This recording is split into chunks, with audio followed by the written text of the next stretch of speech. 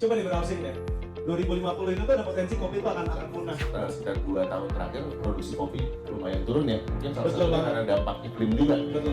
Ya, ya. Ini juga salah satu contohnya, kita coba eksplor material lain nih dari ampas kopi. Oh, Nah, oke. ya. Menarik. Jadi kita coba bikin break. Ya, memang tim ngopi loh ya. Bukan diminta oleh Mas Irfan. Mantap memang nih kopi asli Indonesia. Mas Irfan, Yes. dan Mbak Iren, thank you ya. Pagi ini udah join bareng di kegiatan bareng-bareng kita pagi ini. Sambil olahraga, sambil menikmati langit Jakarta yang lumayan cerah gitu ya. Dan cukup bersih nih kayaknya ya. Mungkin karena Car Free Day ya. Kita mau ngobrol-ngobrol santai sebetulnya, tapi sesantai-santainya inginnya tetap meaningful dong ya. Makanya temanya kayaknya berat banget nih. Sepintas ya, responsible production and consumption. Konsumsi dan produksi yang bertanggung jawab kali ya. Dan kita ingin dengar nih dari perspektifnya dua pelaku bisnis yang berkecimpung di dalam hal sirkular ekonomi juga ya. Bisa dibilang ekonomi sirkular yang rantainya lumayan panjang nih kalau bicara ekonomi sirkular, mulai dari produksi sampai ke konsumsi gitu ya. Dan memang kalau kita bicara produksi dan konsumsi ini kan penting ya untuk pertumbuhan ekonomi ya. Kita lagi ada di tengah kota Jakarta yang pastinya jantung ekonominya Indonesia juga. Kita negara besar yang harus terus tumbuh gitu. Tapi bagaimana nih pertumbuhan kita ini bisa tetap juga berkelanjutan ya, tidak menimbulkan tekanan yang terlalu besar, karena di satu sisi kita ingin hidup sejahtera, tapi kalau misalnya langitnya kusam gitu ya, sampahnya bertebaran kan ya nggak enak juga gitu ya secara umum gitu. Nah, kita ingin ngobrol-ngobrol tentang itu nih dari perspektif produksi dan konsumsi gitu. Dan juga kalau kita bicara itu, kita bicara SDG juga ya. Ada tuh SDG 12, Responsible Consumption and Production, dan juga Circular Economy gitu. Mudah-mudahan nggak terlalu berat ya buat lagi lari-lari.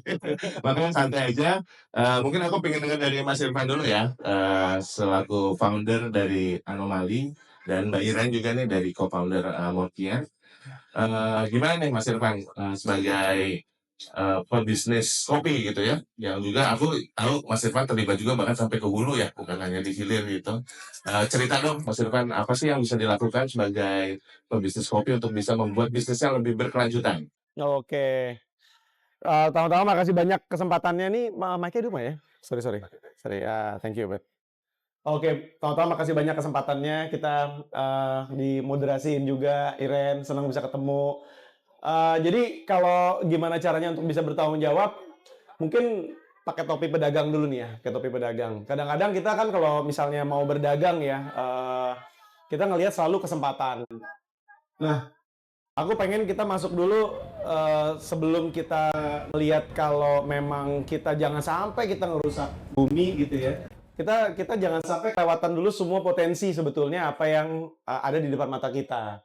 Dan bahkan sampah itu tuh kalau kita lihat, nah jagonya apa namanya Kairen kali ya bisa ngomong nih. Gimana cara dia ngelihat terus kemudian di-upcycling dan sebagainya.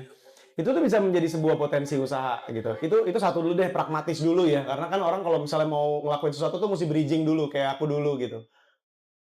Kemudian baru yang kedua, ya kalau kita nggak responsible, ini ngomonginnya apakah kita mau ada kopi tahun 2050 ke depan atau enggak gitu. Kita mau kopi ini akan tetap ada atau kopi itu bisa jadi akan punah gitu. Nah, ketika kita punya hipotesa nih misalnya 2050 itu ada teman-teman semua yang lagi lihat juga, halo semua yang lagi lagi live kali ya, lagi di sosial media. Dicoba deh browsing deh. 2050 itu tuh ada potensi kopi itu akan punah.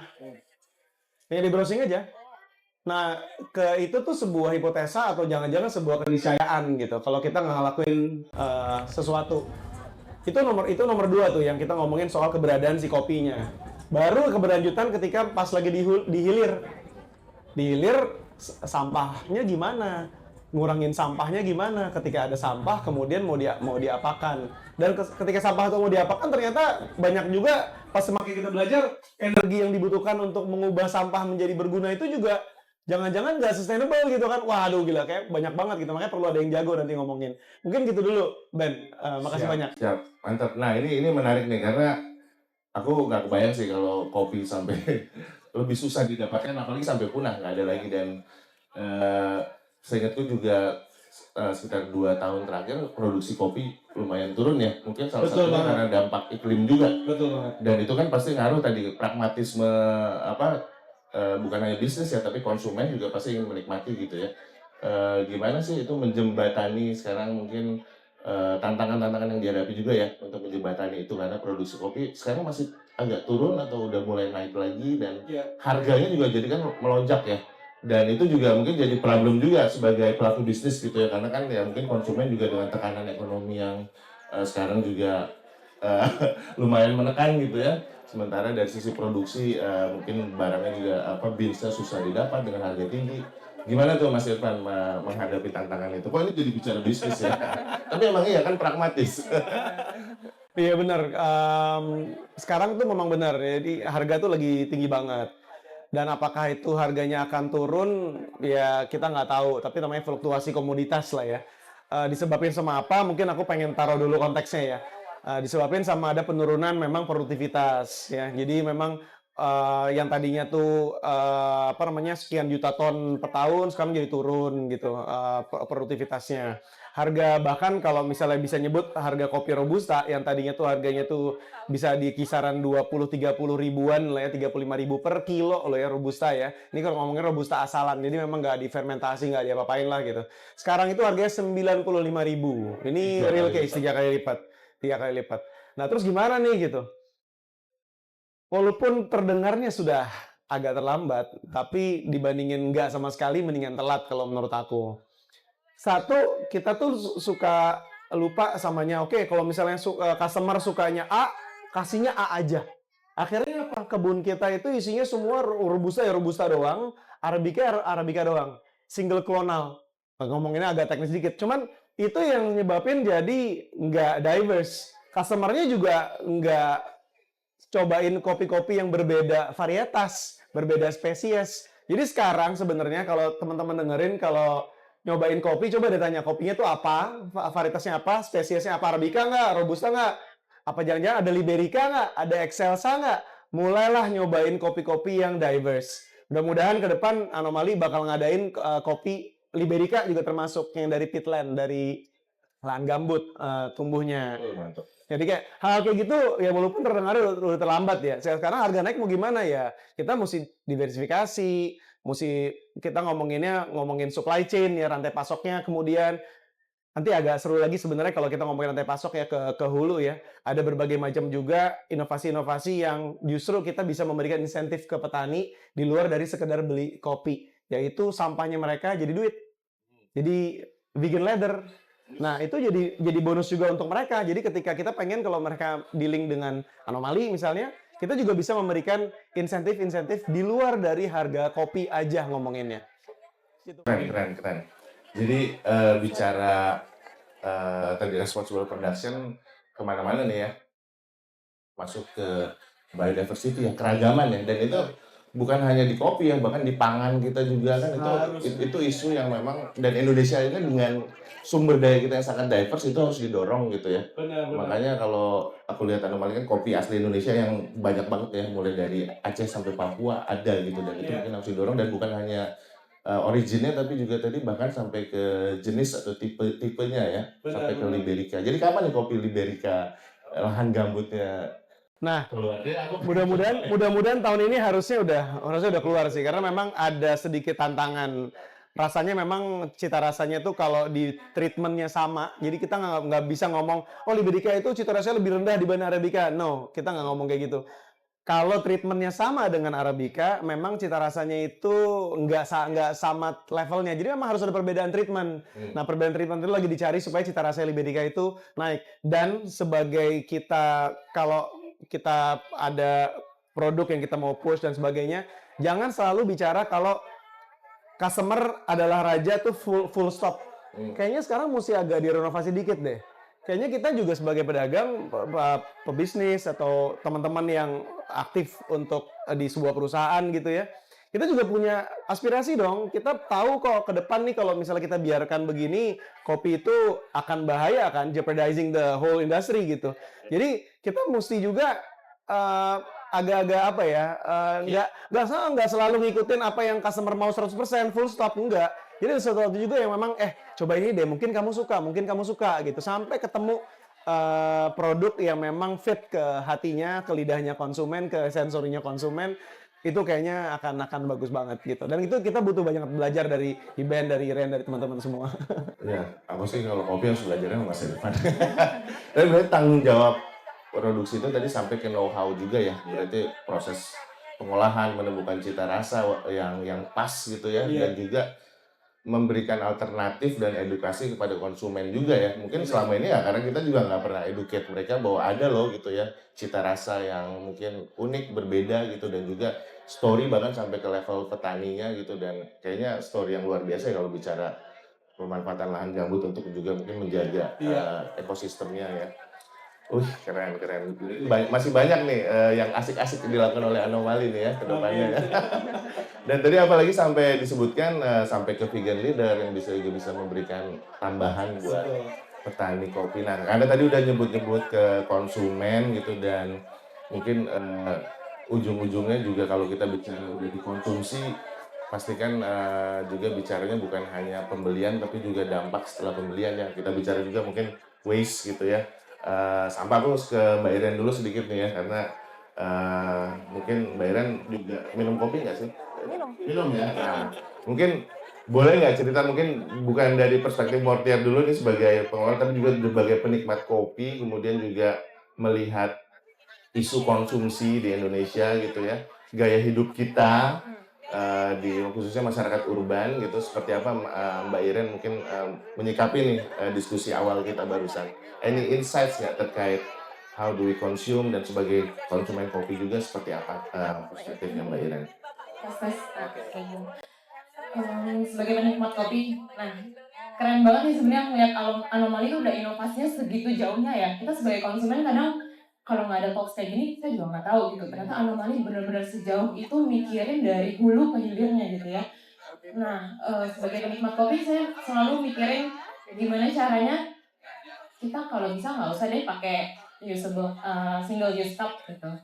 Kalau bisa setiap kali nih kalau ke manapun lah, ke kafe manapun, kalau bisa kita minta pakai cup aja, gelas aja Kelas gitu. ya kayak gini ya. Seperti Kayak gini ini. ya, kayak gini Nah, ya. Sambil kadang minum. dari balik lagi dari baristanya, mereka kadang udah otomatis kadang mau kasihnya single use cup dulu nih, karena kan banyak orang take away. Diusahakan untuk kayak ya udah kita coba take time dulu, paling minum kopi berapa lama sih? Nah, pakai gelas, itu udah salah satu cara gimana kita mengurangi sampah nih single use cup-nya.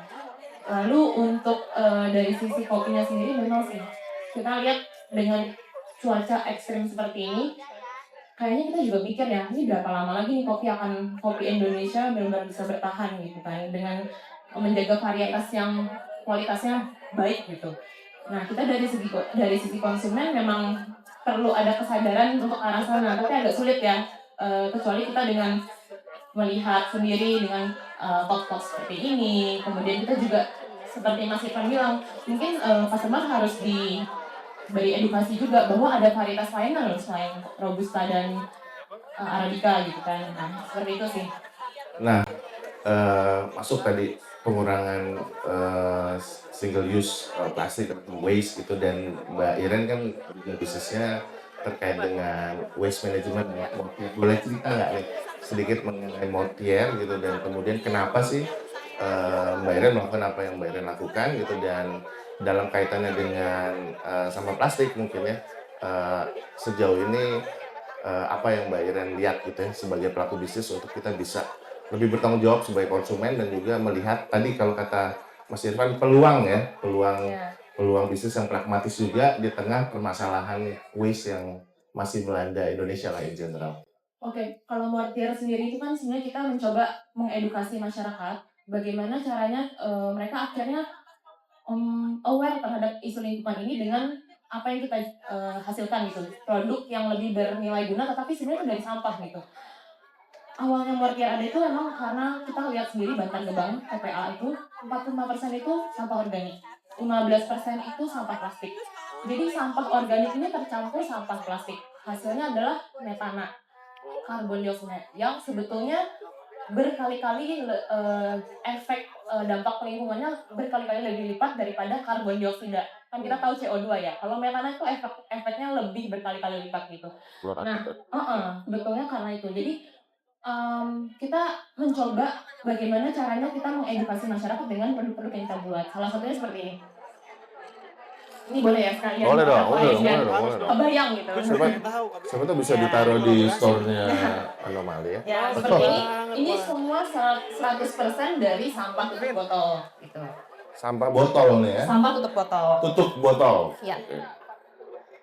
Ada lagi nih. Ini bisa didudukin kan nih? Bisa dong. Kayak buat bisa. anak. 100 kilo bisa. Ya. Nah, ini dari sampah kresek. Dan gantungannya dari sampah tutup botol. Kresek ya? Iya. Mungkin Kalau ini di kan Mortier, HDPE ya, ADPE ya. HDPE, Sorry. ya. Kalau yang kresek LDPE. LDPE ya. Ya. Kalau kayak cup on the go coffee gitu itu masuknya apa LDPE gitu? On the go. Itu bisa ada yang pernah ngolah nggak sih kayak sampah-sampah mungkin tadi? Ada yang PET, ada yang PT, tapi kalau di Anomali kita udah keren banget tuh Anomali. Katanya udah 100% FSC ini ya. Nah, gitu istilah gue nggak. Ya, FSC. Jadi untuk source dari Pohonnya. paper cup-nya ini sudah sertifikasi FSC gitu. Jadi mereka emang memikirkan untuk regenerasi hutannya juga. Oke. Jadi udah keren banget. Anomali nggak ada masalah nih. Oke. Nah, Keren banget loh. Nah, kalau di Pajangnya Mortier, kita mungkin berangkatnya dari masalah sampah itu sendiri. Terus kita bikin simple aja gimana caranya orang tuh teredukasi dengan bikin barang-barang lifestyle seperti ini. Supaya dekat dengan, supaya thank you. Supaya bisa dekat dengan kehidupan kita ya. Kalau kita lihatnya terlalu jauh gitu, kayaknya kok masalah sampah kayak jauh banget dengan kehidupan kita. Kok yang kita lakuin nggak ada efeknya apa-apa nih terhadap lingkungan. Nah, dari sini kita bisa lihat ternyata bisa kok sampah itu jadi oke dan bisa dinikmati gitu sama-sama. Nah, ini juga salah satu contohnya kita coba explore material lain nih dari ampas kopi. Oke. Menarik. Jadi kita coba bikin bricks. Jadi di Mortier itu kita memang eksplorasi berbagai jenis limbah dengan tujuan supaya boleh silakan. Jadi itu kuat ya, solid sekali. Ya. Tahan banting, tahan api juga. Bisa dipakai untuk apa nih material? Nah, kita tuh lebih ke kopi? interior biasanya. Interior, ya. Untuk meja, tapi belum untuk struktur. Bau kopinya udah hilang tuh. Kopinya udah hilang, ya karena ada pembakaran. Iya. Jadi kita coba eksplor limbah-limbah lainnya supaya menjadi pemicu lah untuk orang-orang berpikir bahwa semua limbah tuh sebenarnya bisa difungsikan kembali asalkan kita pilah dengan baik. Menarik. Masalahnya kita tidak memilah dengan baik. Oh, pemilahan ya. Sebelum kita balik ke sana, karena udah ngomongin produk dan ini menarik banget menurutku ya. Ini bisa jadi sustainable material juga. Betul. Dan bahkan ampas kopinya nih kebetulan warna pagi ini kita ada acara lukis bumi ya, teman-teman, yang juga bisa menggunakan ampas kopi jadi pewarna ya untuk melukis gitu. Dan ini ada kita bikin ampas kopi nih ya pagi ini, Brewing Change Creating Impact nih namanya. Jadi 100% dari ampas kopinya Anomali yang bisa dijadiin pupuk. Jadi macam-macam ya, bisa jadi material, bisa jadi pupuk, bisa ke art. Sebetulnya if we want to think creatively, a lot that we can do gitu ya sebagai produsen dan juga sebagai konsumen ya. Betul. Asal kita mau untuk mencoba aja. Ya. Iya, benar. Asal inisiatifnya aja dulu. Iya. Ini kayaknya Mas Irfan udah ambil mic nih. Kayaknya udah brewing, something's brewing on his mind. Langsung aja Mas, nggak usah ditanya sama moderator. Gimana? Tadi muncul kepikiran sih buat yang udah ngikutin ya Sebumi sama Anomali sebenarnya kolaborasi itu udah berapa? 2 tahun lebih? Udah Berapa? lebih. Iya, kurang lebih ya Ben ya. Kurang lebih. Sebenarnya ada satu ketika kita ngomongin tadi ya kan pragmatis tadi udah kita bahas. Terus kemudian apa sih potensi dari sampah dan sebagainya itu menurut aku tuh jangan sampai kita kelewatan sama sekali, apalagi ngomongin soal sampah karena masyarakat kita banyak banget, 280 juta. Udah jelas potensi sampah kalau bisa jadi duit, wah tuh isinya jangan-jangan duit semua tuh gitu kan. Tapi asal kita mau berpikir aja, thanks to Mortier juga gitu kan, maksudnya ngasih contoh kan, udah bisa jadi kayak gini. Terus ini lucu banget sih. Ren ini lucu banget sih, Ren ini tasnya lucu banget sih. Gue abisnya ngeliat kasih ke anak gue gitu kan, anakku perempuan gitu, kayak lucu banget sih. Terus kayak dia tuh sekarang di sekolah juga, ini ngomongin soal sedikit ke-bridging ke kolaborasi Sebumi sama Anomali juga. Sekolah tuh sekarang lagi diajarin banget kan soal responsible ya kan, sebelum ke sustainable, terus mulai dari kayak matiin listrik lah kalau nggak dipakai yang paling basic, sampai ke packaging apa yang kamu bawa untuk kamu nikmatin lifestyle pas lagi weekend kamu, sampai ke riset anak aku umur 12 tahun gitu ya. Risetnya kayak lumayan dalam gitu kan, SDGs-nya tuh lumayan dalam, gila lo belajar itu ya, kayak dulu kayak gue seumur kamu belum sama sekali gitu belajar ke sana. Jadi sekarang tuh udah ngomongin lingkungan tuh udah ngomongin soal apa, mungkin air putih kali ya, kayak setiap hari lo konsum gitu. Jadi kalau kita ngomongin lingkungan tuh susah. Nah, makanya kerja sama-sama Sebumi itu lucu sih, Anomali. Lucu tuh as in fun ya. Jalan-jalan gitu, ya Ben ya? Jadi dibikin tour gitu sama Sebumi, jalan-jalan dari Anomali Menteng, jalan-jalan hijau lah ya, yang ramah lingkungan, ke Taman Suropati lah, taman-taman kota lah gitu. Biar mungkin aku nebak ya, aku kan di sini kan benar-benar awam banget soal lingkungan gitu. Jadi kalau misalnya dibilang Anomali itu paham banget, aduh sumpah deh, kita nggak paham banget. Kita tuh setiap kali kita ngelakuin sesuatu, itu ada yang nyalah-nyalahin, Ren. Karena memang pasti ada kurang-kurangnya gitu kan. Sekarang aku lihat aja, aku orangnya belak-belakan ya. Kalau boleh sekarang aku kasih masukan juga, tim Anomali gitu ya. Mungkin packaging ini ke depan bisa dirubah. Ini packagingnya mungkin bisa, kita kan udah punya packaging yang jagung tuh, yang ramah lingkungan. Jadi kalau kelihatannya kayak plastik, itu sebenarnya bukan plastik, itu jadi semua dari jagung ya, dari jagung. Jadi ditaruh aja langsung udah biodiverse, langsung ada di grade, iya terurai. Kalau nggak salah 3 minggu atau 3 bulan, jauh sih ya, 3 minggu. Cuma gue lupa, angka 3 yang gue inget. Nah, abis itu kita kolaborasi sama Sebumi. Karena ketika bisa menikmati taman-taman kota, terus kemudian paham tentang sejarah-sejarah dan sebagainya, bahkan sejarah tentang kali gue belajar dari teman-teman lo Ben, dari Sebumi. Iya, jadi kali ini lu gimana, tujuannya apa, oh gitu ya, terus teman-teman Anomali baru pulang gitu kan, keren juga di Sebumi. Jadi gue belum belajar. jadi kayak benar-benar kita paham bahwa kita ini memang hidupnya tuh di alam. Secanggih-canggihnya kita lihat material apa namanya, besi, kemudian gedung-gedung tinggi, kita nih masih alam gitu. Jadi memang ketika kita sadar itu, masa sih kita mau ngerusak? Kalau kita ngerusak alam, kita ngerusak diri kita sendiri, karena kita bagian dari alam gitu. Itu hal-hal kayak gitu tuh nggak kena ke hati sih sebetulnya. Kalau kita sadar kita itu hidupnya tuh masih di alam loh. Yang lo ngomong kota tuh itu alam loh gitu.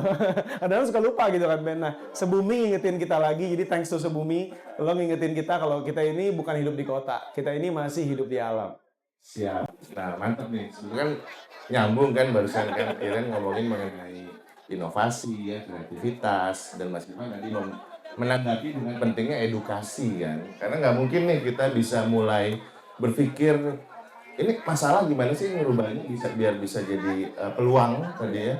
Atau tadi juga kalau kita nggak punya kesadaran, pemahaman gitu terkait bagaimana meng-approach masalah itu menjadi peluang gitu kan. Dan itu kan makanya tadi ada Mas Irfan dari zaman umur 12 tahun udah diajak berpikir kritis kan, sampai riset gitu.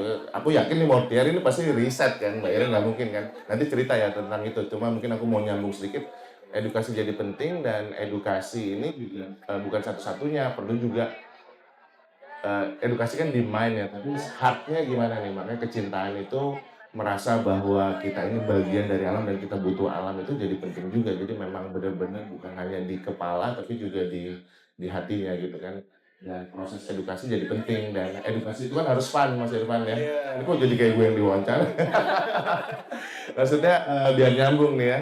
Edukasi kan harus fun gitu, sehingga juga harus experiential gitu. Makanya kita bikin tuh trip-trip ya, jalan singkat gitu di kota gitu.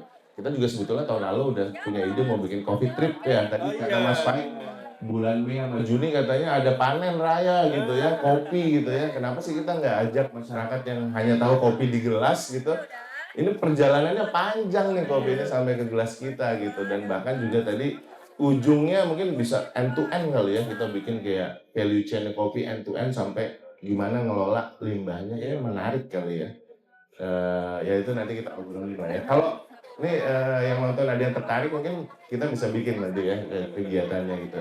Nah, tadi balik lagi ke edukasi dan bagian dari alam, benar banget. Kita aja kenapa sih rame banget ini yang lari gitu ya? Ya kan kenapa rame banget? Pasti ingin menikmati suasana Jakarta yang bersih, bebas polusi, hijau ya. Kita lihat kan di sekitar kawasan sini cukup hijau gitu. Itu jadi sesuatu yang kerinduan lah gitu dari masyarakat untuk bisa kembali dan bersatu atau lebih harmoni sama alam gitu.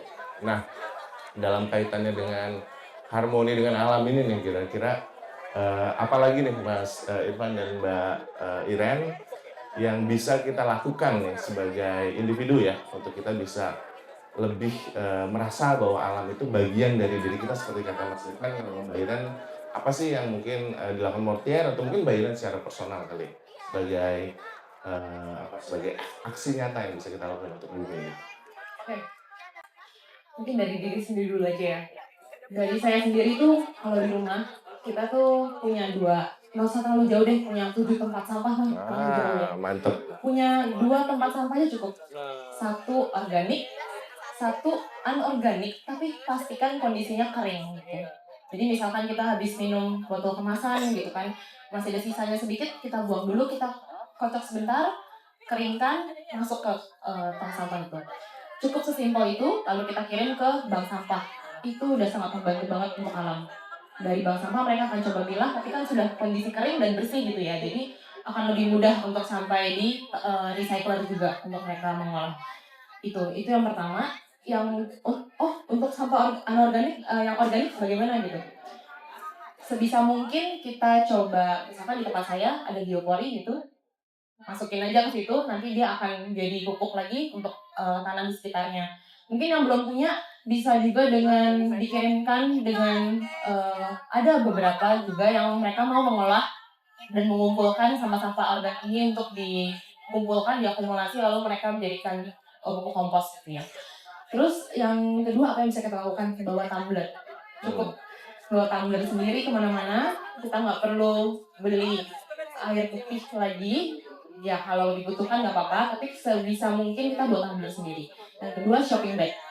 Ya, kadang kita udah punya shopping bag nih, kita lupa bawa. Akhirnya beli lagi nih shopping bag. Kadang kalau saya sendiri ke supermarket, aduh lupa bawa. Ya udah saya nggak apa deh, gotong aja gitu. Yang penting selama masih cukup kita gotong aja, nanti sampai mobil atau sampai mana baru kita taruh di shopping bag. Nah itu sesimpel itu sih, pemilahan dan kesadaran untuk bawa tumbler sendiri. Itu aja. Setuju banget tuh kita ngomongin masalah sampah nasional gitu, tapi ujung-ujungnya kalau kita nggak mulai memilah ya nggak usah mikirin yang canggih-canggih. Contohnya kan kita punya RDF tuh ya yang bisa mengolah sampah jadi listrik gitu. Nah, tapi jadi masalah konversi energinya jadi rendah kalau sampahnya masih tercampur gitu karena masih sangat basah gitu ya, sehingga kalau dibakar pun dia nggak efisien. Nggak maksimal. Belum lagi tadi pelaku-pelaku bisnis gitu ya, mungkin kayak Mbak Iren kalau bahan bakunya tadi mungkin juga tercampur lebih susah ya untuk kita bisa mengelola ini menjadi sesuatu yang lebih berguna seperti ini ya. Dan secara kos akan lebih mahal juga karena prosesnya panjang. Jadi kalau misalkan bahan seperti ini kita nggak pilah dari awal, kita harus membersihkannya lebih ekstra lagi, 2 kali pembersihan, pencacahannya 2 kali seperti itu. Jadi efeknya lebih ke pada ujungnya akan ke produknya juga sendiri. Ke diri gue sendiri simple aja, baca packaging, ingredientsnya apa, be sensitif, dia naruh apa informasi dalam setiap produk yang mau akan kita beli. Itu dulu aja. Karena dari situ kita bisa jadi konsumen yang lebih aware, itu justru yang bisa sangat impactful. Itu dulu aja. Kalau semua orang ngelakuin baca packaging, lihat packagingnya kayak gimana dan sebagainya, aku rasa makin dia pintar mengenai tentang be responsible, tentang ilmu-ilmu nggak ngerusak lingkungan. Karena kan nggak banyak loh orang yang plastik itu emang kenapa sih? Jangan-jangan masih banyak yang nggak tahu kalau misalnya plastik itu impact-nya seperti apa gitu. Tapi kalau dia makin tahu dan dia baca dan sebagainya, aku rasa kita ngomongin 5-10 tahun ke depan banyak akan perubahan yang akan ada gitu. Terus itu tentang ini ya, kalau non perusahaan lah ya. Tapi kalau perusahaan aku rasa apa ya ngomongnya ya,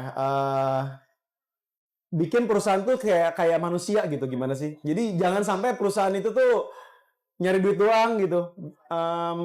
Duit itu penting gitu, tapi duit itu tuh kayak knalpot yang kalau lo nyalain mesin, kalau mesin masih mau internal combustion engine ya, bukan mobil listrik, masih ada asap gitu. Dan menurut aku kalau matematikanya benar ya memang asap itu akan keluar deh, duit itu akan masuk gitu. Cuman nyampe nggak sih ke tujuan? Jadi kalau untuk perusahaan, kenapa kita sampai ngomongin vegan leather, terus non plastik, cupnya kita yang semuanya udah all paper gitu ya, 3 bulan udah biodegradable dan sebagainya. Karena memang kita betul-betul percaya perusahaan itu adalah manifestasi atau bentuk dari seseorang gitu yang punya hati, nggak cuman kebutuhan duit doang gitu. Nah dari situ benar-benar ngomong ke diri sendiri. Mudah-mudahan kita semakin sensitif lagi, kita semakin bisa dikritik, kita akan semakin bisa dapat masukan dan makin bisa pintar belajar dari Iben, dari Iren, dari teman-teman yang lain yang semua di sini kalau kasih masukan ke kita, kasih banget, kita butuh ilmu sebanyak-banyaknya untuk bisa lakuin lebih baik lagi, lebih sensitif lagi. Gitu. Mantep, dalam banget nih, ternyata masukannya dalam banget nih. Perjalanan anomali ini perjalanan spiritualnya Mas Irfan ya. Ya, soalnya tadi dibilang perjalanan spiritualnya gue gitu sebelumnya. Mortian juga perjalanan spiritualnya Iren pasti ya. Tapi memang kayak pelaku-pelaku ecopreneur atau bisnis yang bertanggung jawab itu biasanya ya tadi ya, it's more than only business, right? Dan bener banget sih Mas Irfan, thank you banget nih insight-nya bahwa ternyata ya kita juga manusia kan ingin kualitas hidup ujung-ujungnya. It's not only about money, it's not only about material things yang kita pursue, tapi juga perlu ada semacam apa ya, something that made us happy gitu ya. Dan itu kan comes dari meanings gitu ya, spirituality itu ya, kalau kita bicara itu. Dan bisnis juga ternyata begitu, karena yang running bisnis kan orang gitu ya. Mulai dari ownernya sampai baristanya gitu, semua orang gitu. Jadi perlu di-treat juga sebagai orang yang memiliki dampak dan juga harus mencapai tujuan tadi ya. Wih, mantap. Dan mudah-mudahan dengan pemahaman itu baru deh kita bisa mewujudkan yang namanya responsibility tadi gitu, karena ada kesadaran gitu ya di dalam mengkonsumsi dan juga dari berbisnis atau memproduksi gitu. Sehingga harapannya ya tadi kita tetap bisa hidup gitu dan maju, tumbuh secara ekonomi, tumbuh secara bisnis, tapi juga kita tidak kehilangan kemanusiaan kita kali ya. Wih, mantap banget loh pembicaranya, waktunya masih ada. Udah selesai waktunya. Aku sampai lupa karena bener-bener kayak ngobrol di warung kopi nih ya. Dan memang itu ya, ngobrol di warung kopi itu jadi penting. Dan ini sama 3I gue barengan nih, Irfan, Iben, dan Iren. Jadi bukan hanya 3P, people, planet, and profit, tapi Iben, Iren, dan Irfan. Tolong diingat ya. Iya. Ada lagi nih mungkin yang terakhir yang disampaikan, sebenarnya udah hampir kayak closing statement gitu, tapi mungkin silakan kalau ada mungkin dari Mortian kalau ada yang mau disampaikan, dan mungkin bisa sambil mempromosikan juga kali ini kalau mau tahu apa yang dilakukan Mortier itu ngelihat kemana sih Instagramnya, atau bisa kalau mau dapetin barang-barang ini atau ingin kolaborasi, how to contact gitu and how to discuss with you. Ya, buat Mortier sebenarnya kita sih cuma pesan ke teman-teman semua sebelum membeli itu selalu pikir gitu. Ya, jadi belum tentu apa yang kita beli itu sebenarnya kita perlu banget apa enggak sih gitu. Yang penting itu, benar kata Mas Irfan ya, kita pikir dulu apakah kita betul-betul perlu barang tersebut baru kita beli. Di Mortier juga kita nggak perlu kok kalian beli barang kita kalau kalian nggak benar-benar butuh gitu. Jadi yang penting perlu ada kesadarannya ya. Nah, bagaimana sih kalau pengen tahu proses membuat barang-barang ini, kita juga banyak kolaborasi workshop. Nanti yang kedepannya juga mungkin akan lebih banyak lagi dengan Sebumi ini atau dengan Anomali. Boleh Discord yang Anomali kita bikin. Nah, di situ ya coba pantengin aja igmortier.id. Nanti kalian bisa ikut beberapa workshop dari kami juga supaya kalian tuh punya experience gimana sih caranya membuat produk ini dan prosesnya seperti apa gitu. Jadi kalau kalian nggak tahu prosesnya gimana, kalian bisa sayang sama produknya. Gitu. Wih, mantap, keren. Termasuk kopi juga ya, kalau nggak paham petaninya gitu, beansnya mungkin lebih meaningful nih minumnya. Mas Irfan, any one last final Udah sih kayaknya. thoughts? Udah ya? Udah cukup tadi kayaknya. Udah cukup. Terima kasih banyak. Nggak habis-habis ngomong makasih lah. Mudah-mudahan kita bertiga bisa kolaborasi habis ini loh, langsung ada action yang kita bisa lakuin ya. Bareng-bareng sama teman semua yang nonton, yang lihat, yang lewat-lewat, yang jalan-jalan semuanya. Ya. Siap. Nggak ada ini pertanyaan dari live IG? Nggak ada ya? Oke ya, siap ya. Oke, thank you semuanya buat Mas Irfan, Iren, terus semua panitia gitu ya yang udah menyiapkan, termasuk juga yang nonton di live IG atau mungkin juga pengunjung yang ada di sini ya. Ini sebetulnya karena masih suasana hari bumi gitu. Every day supposed to be Earth Day gitu sebetulnya. Ini juga kayak ini tiap minggu kan, jadi ya tiap hari gitu kita harus selalu tadi mikir dan be mindful to every action that we do ya. Thank you so much Mas Irfan, Mbak Iren, Thank you, Mas semuanya. Irfan. Mali.